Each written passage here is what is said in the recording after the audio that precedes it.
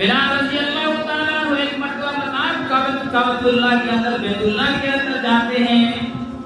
دیکھتا ہے کہ 360 بت رکھے ہوئے ہیں۔ میرے دوستوں، بلال رضی اللہ تعالیٰ عنہ طواف کرنے لگے اور دوپہر کا کیا کہ وقت تھا، دیکھا کہ کوئی مکے کے اندر نہیں ہے۔ بلال رضی اللہ تعالیٰ عنہ طواف کرنے لگے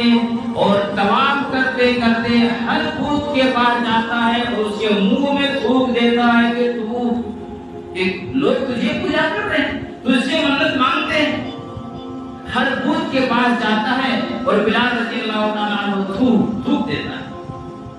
بلال رضی اللہ تعالیٰ عنہ سوچ رہے ہیں کہ مجھے تو کسی نے نہیں دیکھا،